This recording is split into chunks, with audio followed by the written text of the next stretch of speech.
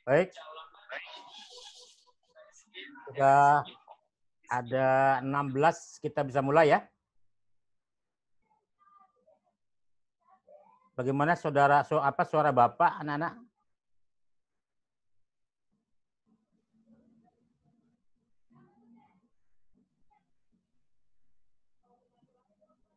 Suara Bapak, Putri, suara Bapak kedengar nggak? Terdengar, Pak. Baik, Bapak mulai ya. Assalamualaikum warahmatullahi wabarakatuh. Waalaikumsalam warahmatullahi wabarakatuh.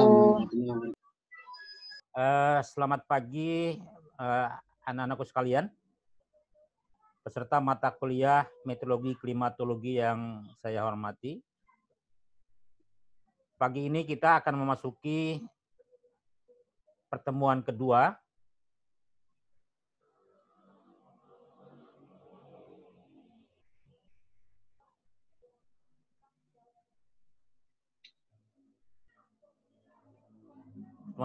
dengan tema pengaruh iklim terhadap makhluk hidup.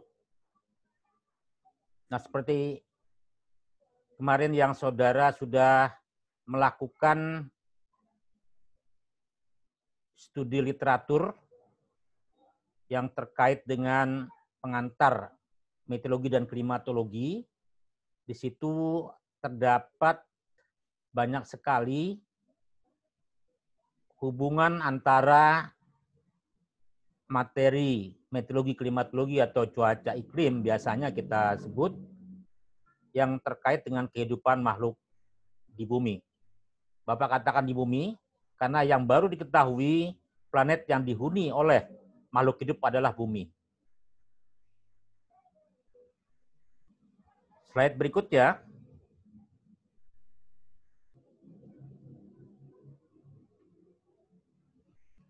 Pengaruh iklim.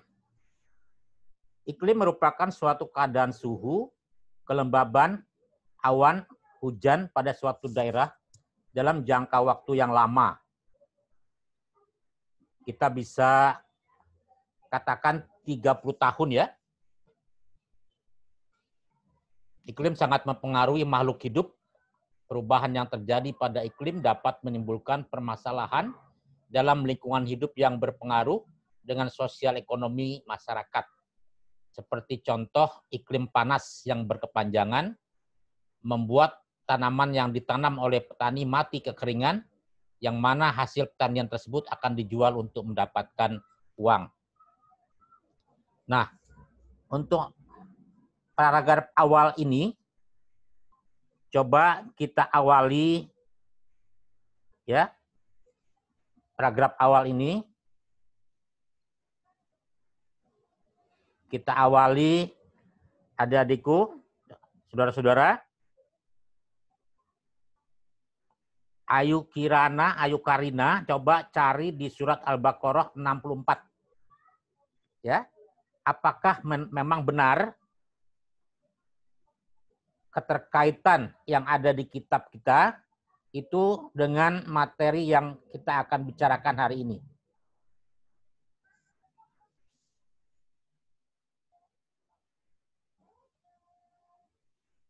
Coba, Saudari Ayu Karina dicari.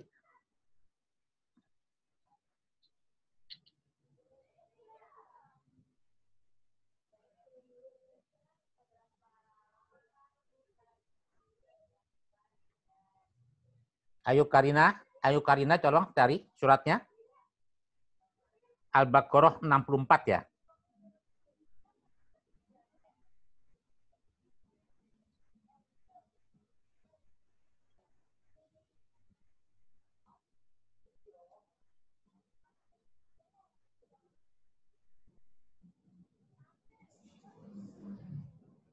Sudah ketemu Ayu? Bacakan Ayu.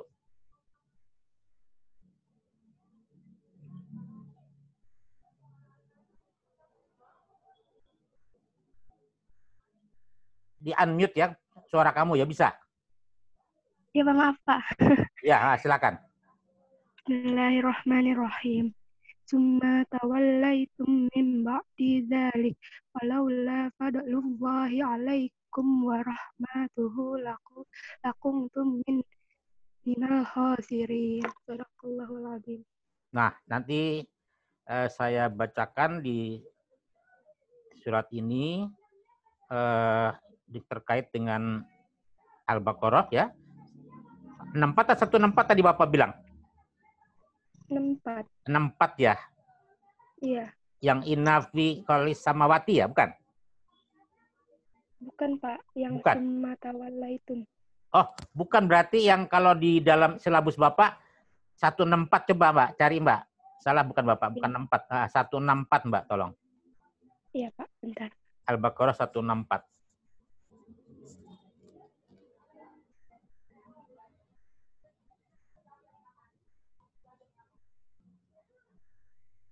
Baca, Pak.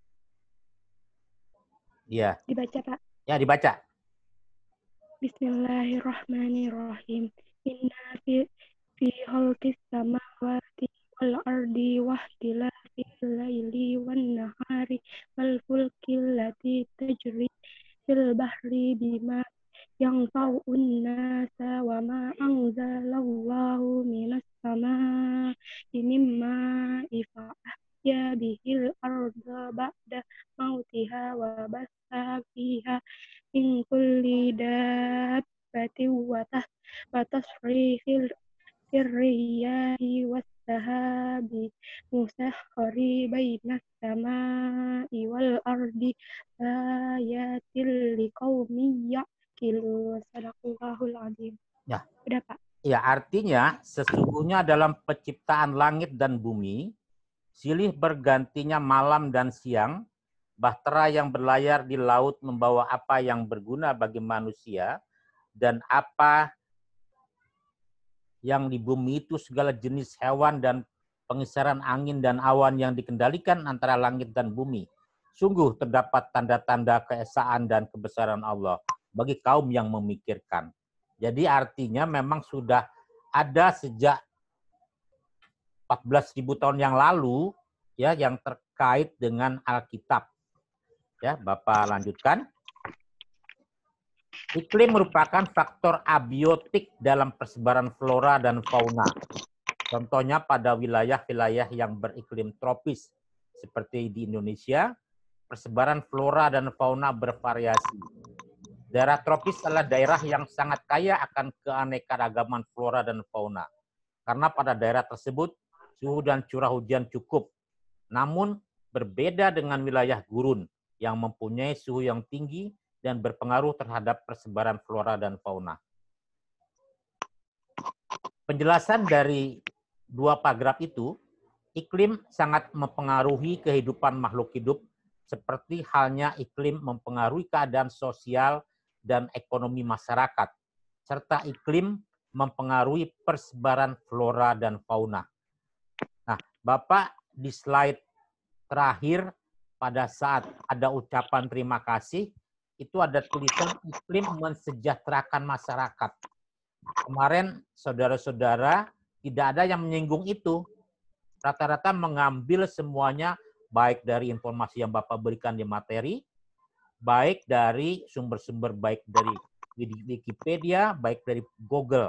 Nah, yang inginkan nanti Bapak adalah bagaimana kalian memahami cuaca dan iklim itu menurut yang kamu sudah baca dan pelajari. Buatlah kata-kata dari kata-kata kamu sendiri. Gitu. Tugas kamu sebenarnya nggak salah. Cuma itu kan referensi. Nah, kalau nanti kamu membuat skripsi, ya memang masih lama ya. Semester 7 kamu nanti membuat tulisan, ya kan, untuk skripsi. Tapi dari sekarang kamu bisa mulai. Kamu awali dengan kata-kata yang kamu sendiri punyai. Paham ya? Nah, setiap kali kamu membuat tulisan tugas, seperti yang tugas pertama kemarin kalian, itu harus ada sumbernya. Kita sebut dengan daftar pustaka, source, referensi. Apakah dia dalam bentuk website, apakah dalam textbook buku, segala macam. Contohnya seperti ini. https brainly.co.id bla bla bla bla. Ingat itu. Setiap kalau kamu menulis, apalagi mengutip tulisan orang, kamu harus membuat referensi. Ya, jadi penjelasan dari dua paragraf di atas, iklim itu memang sangat mempengaruhi daripada kehidupan makhluk hidup. Itu intinya. Ya. Nah, ini komponen sistem iklim. Ini diagram, ya kan? Akan selalu saudara ya pelajari tidak hanya di materi Bapak, tapi juga di materi ilmu-ilmu mata kuliah lain. Contoh misalnya materi mata kuliah hidrologi. Nah, komponen sistem iklim ini menggabungkan antara siklus hidrologi dengan penyinaran sinar matahari dengan aspek antroposfer, ya. Jadi kalau kemarin di dalam salah satu slide Bapak ada istilah geosfer, nah komponen geosfer ini ada di diagram ini semua nih adik-adik. Ya. Yang kita sebut dengan siklus hidrologi, ini ada di sini. Ada di sini ada dituliskan perubahan dalam siklus hidrologi. Begitu. Kemudian ada perubahan di atmosfer yang kita sebut di sini komposisi dan sirkulasi atmosfer. Nah, energi matahari sebagai sumber ya daripada kehidupan manusia itu nanti di dalam di dalam diskusi nanti untuk yang diskusi pertama adalah kelompoknya Satrio, kelompok satu yang mengirim awal, itu dibahas apakah dia berada di langit ketujuh, apakah masih berada di langit pertama. Itu pembahasan yang nanti. Ya, kira-kira 15 menit di sesi kedua kalian maju. Ya. Selanjutnya di sini yang disebut dengan hidrosfer adalah air-air yang ada baik di permukaan ya, ada juga yang di dalam tanah. Kalau di permukaan ini dipelajari dalam hidrologi, tapi kalau di dalam air tanah itu hidrogeologi. Nah, sedangkan atmosfer itu dipelajari dalam meteorologi klimatologi yang saat ini kita belajar di atmosfer. Air yang berada di udara. Nah, kalau litosfer adalah batuan-batuan. Nanti dipelajari dalam geologi. Ilmu batuan. Ya, antroposfer adalah perilaku kita. Jadi bagaimana kita hidup, bagaimana kita menggunakan barang-barang yang ada untuk kebudayaan kita, bagaimana kita membangun rumah, bagaimana kita mencari tempat tinggal segala macam itu. Nanti begitu. Jadi ini diagram kalau bisa ini dipelajari dan dipahami adik-adik, ya. Karena di dalam mata kuliah lain ada juga. Lanjut. Ya, selanjutnya.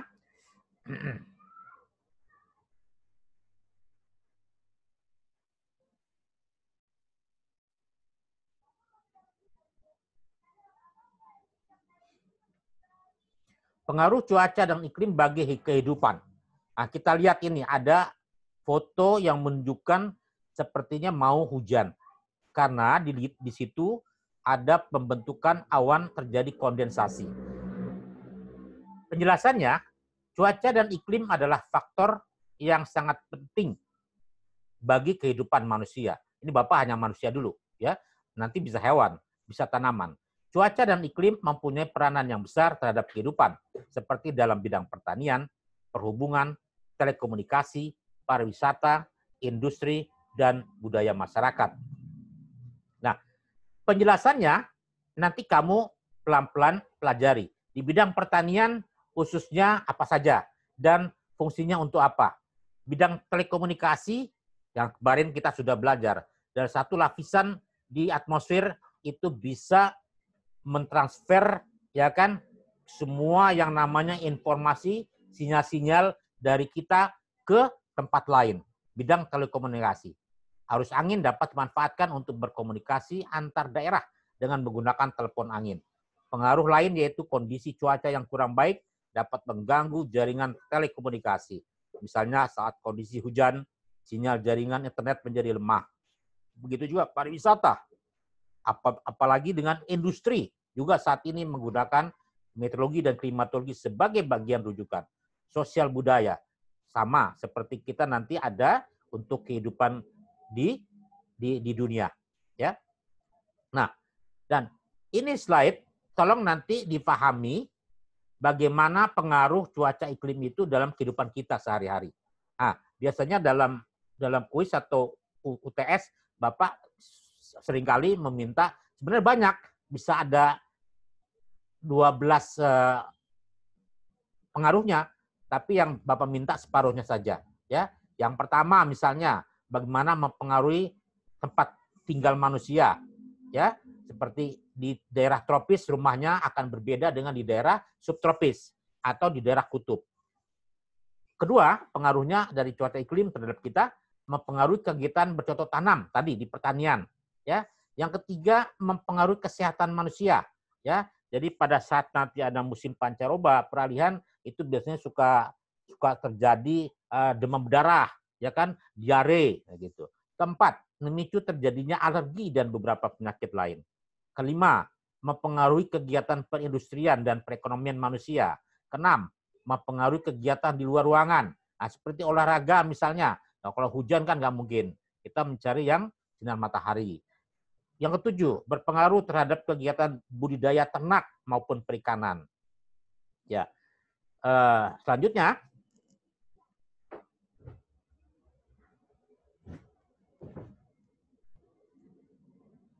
pengaruh iklim terhadap ternak, ya, baru di slide sebelumnya Bapak mengatakan, ya, iklim sangat berpengaruh terhadap hewan ternak. Beberapa ahli mempelajari pengaruh iklim terhadap objek yang spesifik, ya, yang spesifik. Di antaranya iklim berpengaruh terhadap bentuk tubuh. Itu ada di dalam hukum Bregman. Insolasi, pelindung atau kulit dan bulu, hukum Wilson. Warna, hukum Groger. Tubuh bagian dalam internal, hukum Claude Bernard. Nah, ini dalam hubungan antara iklim dengan ternak, ya, hewan ternak. Kesehatan dan produksi ternak. Nah, temperatur lingkungan mempengaruhi penggunaan energi yang diperoleh ternak dari makanan. Produksi panas dan disipasi panas hewan ternak ke lingkungannya. Nah, di sini Bapak kasih garis miring disipasi, itu definisinya adalah menurut Kamus Besar Bahasa Indonesia adalah hilangnya energi mekanik karena gesekan atau gaya mirip gesekan. Arti lain dari disipasi adalah hilangnya sebagian dari energi sinaran pada interaksi cahaya matahari sebagai bagian yang tidak dapat diubah menjadi energi bermanfaat, ya. Nah, kemudian radiasi sinar matahari juga yaitu dapat menimbulkan dua bentuk gangguan umum pada ternak, yakni mutasi gen oleh radiasi kosmik dan kerusakan sel kulit oleh sinar ultraviolet pada proses sunburn. Nah, manusia juga bisa kena sunburn ini seandainya kalian kalau sedang berjemur di pantai, ya, itu bisa kulit kita terbakar. Lanjut, ya, slide berikutnya. Ini adalah pengaruh faktor iklim terhadap pertumbuhan tanaman. Kalau tadi sebelumnya ternak, ini pertumbuhan tanaman. Nah, pertumbuhan didefinisikan sebagai pertumbuhan yang tidak dapat dikembalikan dalam ukuran pada sistem biologi. Secara umum, pertumbuhan di sini berarti pertambahan ukuran karena organisme multisel yang tumbuh dari zigot, ya. Nah, pertumbuhan dinilai bukan hanya dalam volume, ya, tapi juga dalam bobot, jumlah sel, banyaknya protoplasma, serta tingkat kerumitan.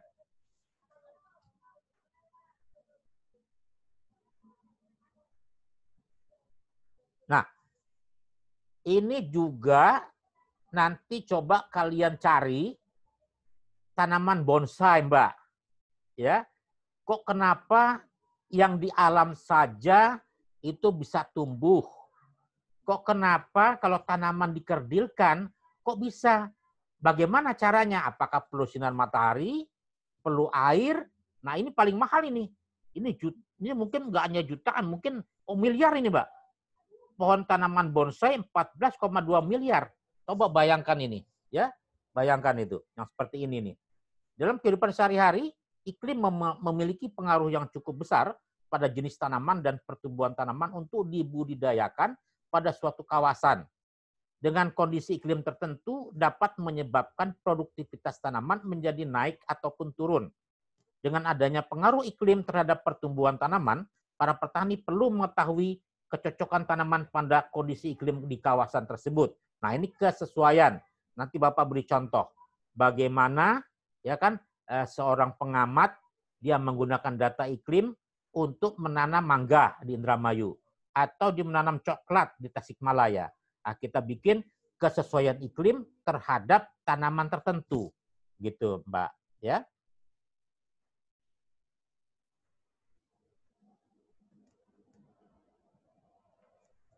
Nah, ini bisa juga sebagai statement bagaimana peran cuaca iklim di dalam pertanian, ya, bagaimana mengendalikan pertumbuhan tanaman dan proses dalam tanah. Kemudian cuaca iklim berpengaruh terhadap produksi padi pada saat musim kemarau dibandingkan musim hujan. Kemudian terhadap serangan penyakit segala macam, ya. Nah, kemudian ini pengaruh iklim di Indonesia terhadap kehidupan kita. Nah, Indonesia ini termasuk ada 2 musim, ya, musim hujan dan musim kemarau. Nah, saking enaknya kedua musim itu, kita tidak perlu lagi harus seperti di Eropa tinggalnya, harus menggunakan jaket tebal atau mungkin menggunakan selimut tebal, kemudian harus pagi-pagi harus melihat informasi cuaca segala macam, ya, karena wilayah Indonesia mendapatkan sinar matahari sepanjang tahun.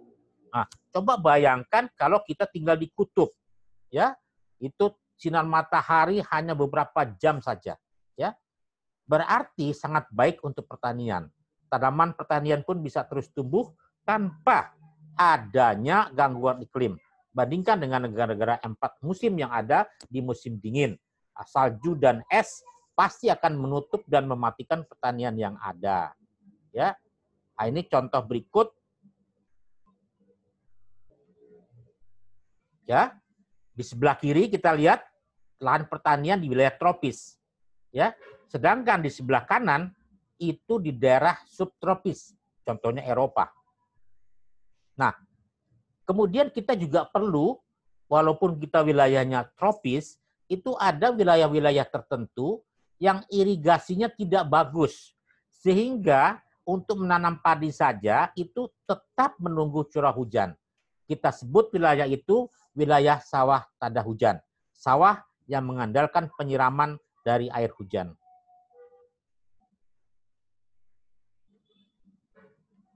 Nah, tentang budaya, bagaimana cuaca iklim itu sangat berdampak terhadap budaya. Ya, budaya terpengaruh dari unsur iklim. Salah duanya adalah budaya berpakaian dan arsitektur rumah. Seperti kita, bahwa pakaian kita cukup selembar 2 lembar, tapi kalau di luar itu selain kaos, kemudian pakaian luar juga harus jas hujan atau jaket dingin, ya, itu agak berbeda.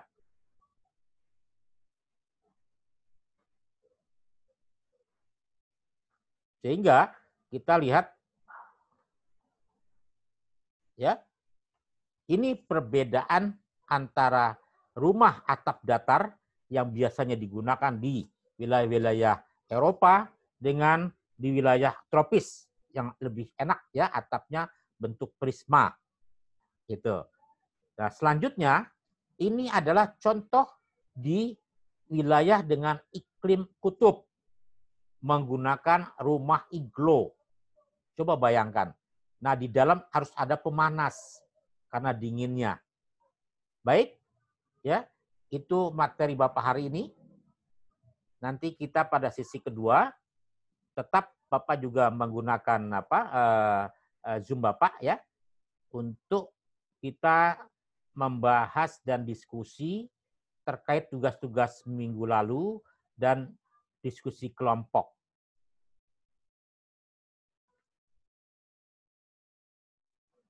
Ada pertanyaan sebelum Bapak sudahi dulu?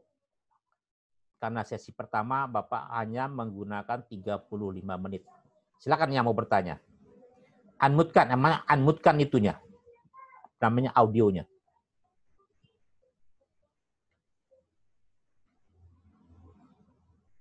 Silakan yang mau bertanya.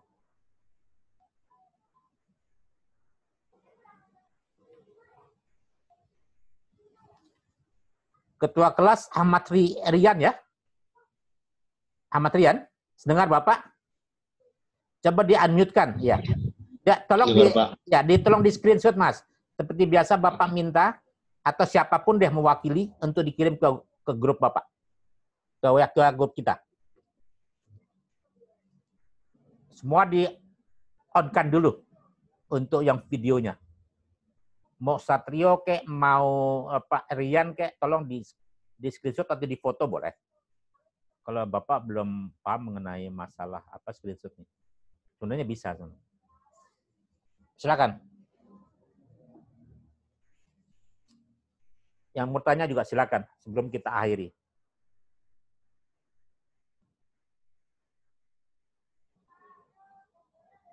Yang minggu lalu juga boleh bahannya.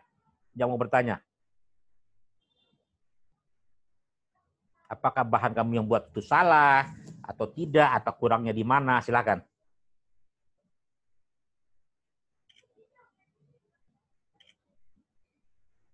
Sudah yang Ahmad Rian apa Satrio yang ngirim ke Bapak ke grup?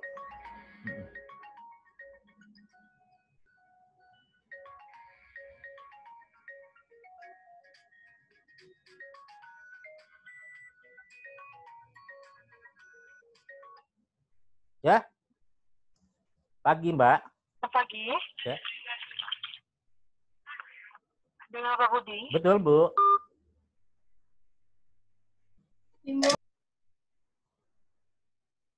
Ayo, Gina mau nanya, silakan. Bapak mau tanya, yang absen minggu lalu siapa? Yang belum masuk minggu lalu? Masuk semua, Pak. Oh, makasih. Jadi ada 18 ya?